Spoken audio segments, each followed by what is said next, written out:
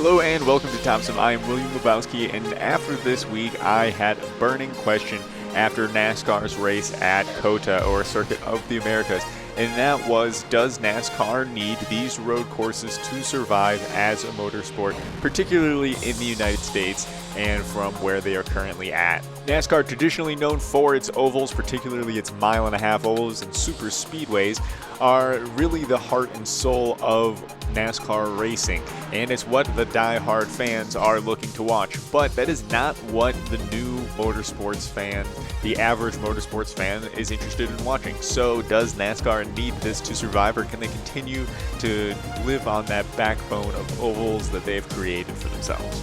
So let's take a step back and examine this through the context of what NASCAR has been for about the last 20 years and really put that into picture with the direction that they're taking in the last few years. So for the last 20 years or so, if we can look back from about the year 2000 up to about this common era of Jimmy Johnson and Jeff Gordon leaving NASCAR, if you look at that time of NASCAR, you really just see the same standard mile-and-a-half tracks like Atlanta, Texas, and Charlotte that could all be exactly the same if you removed, just certain different things like the colors of the barriers and, everything from the banking to the shape of the track. Everything about these tracks are exactly the same, pretty much, except for a couple difference of maybe a few degrees here and there.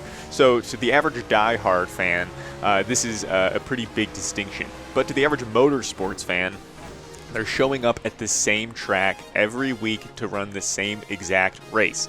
Now, I think it's very easy and very clear to make the argument with motorsports and is particularly road course motorsports like we will see in IndyCar and in Formula One, is that each track is completely different from the last in road courses, because these left and right turns, these elevation changes, these off-camber turns, they all produce interesting, unique experiences because they are all 100% different from each other.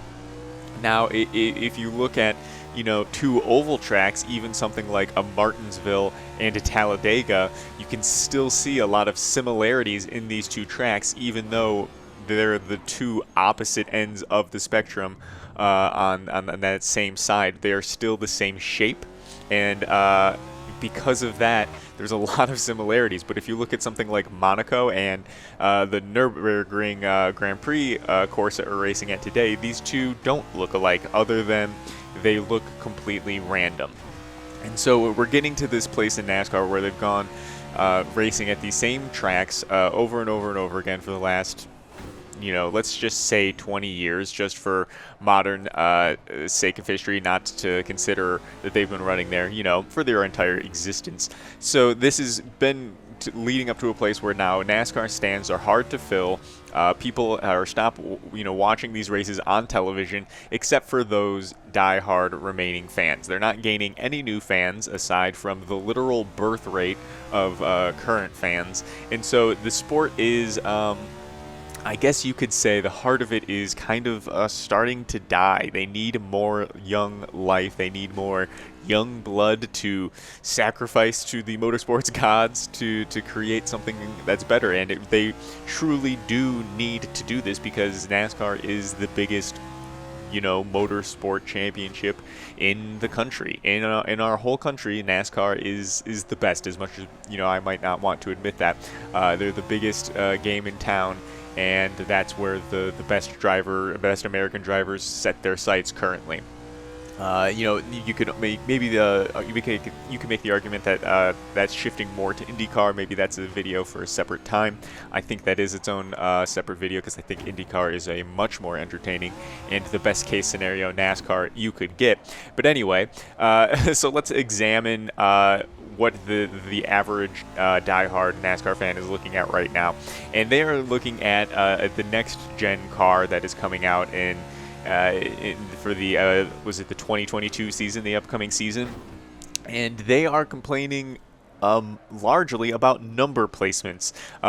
This new car is going to be set up to be, to specifically be able to handle more road courses and short tracks to make more exciting racing, so they can step away from this mile and a half kind of standardized racing that it has become pigeonholed to, and a lot of people are upset about this.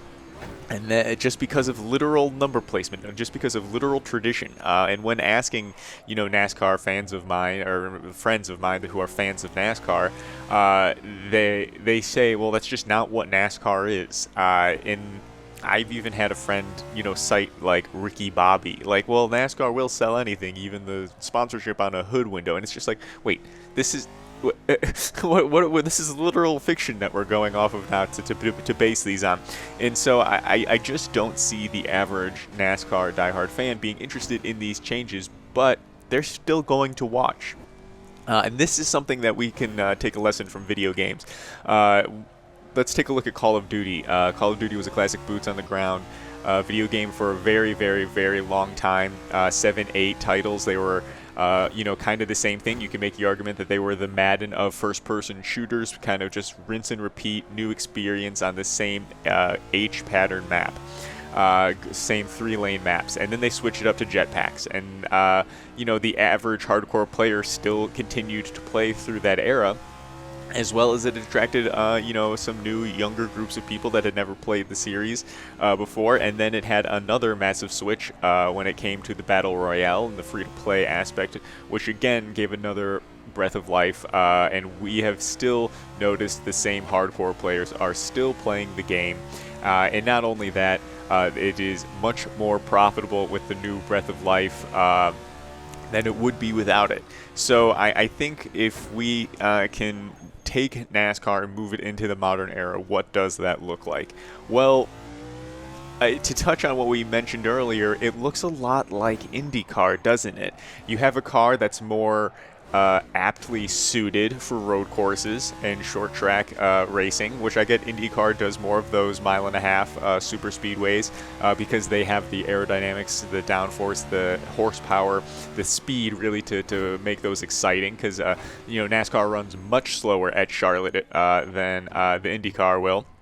And because of that, the IndyCar is just so much more exciting to watch. So why would I, as not someone who isn't already a diehard NASCAR fan, why would I put on the channel to watch NASCAR race at Charlotte when I could watch them go over 200 miles an hour the entire time, even through the corners? So if that's the argument, IndyCar's got you beat. So what does NASCAR need to do to move forward? Because I think continuing to please these die-hard fans is not what is going to breed success for the sport. It's not what's going to drive in new people. And because of that, they have very few options. And I think what they really need to do is take a look out of the Activision playbook for Call of Duty that we already looked at. I think that if they try to make something that is a more exciting version of what they have, they could do that. And I think what they what that is it is not transferring to some sort of mostly road course based schedule, because if you do that, then you're just the Australian V8 supercars, stock cars, and it's just, why would there would be no reason to watch a NASCAR variant of that when I could watch the highest level of that being the V8 supercar.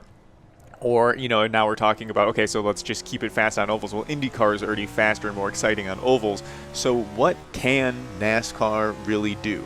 Well, they can add, I think, the direction that they're kind of going already, but with a little bit of a tune.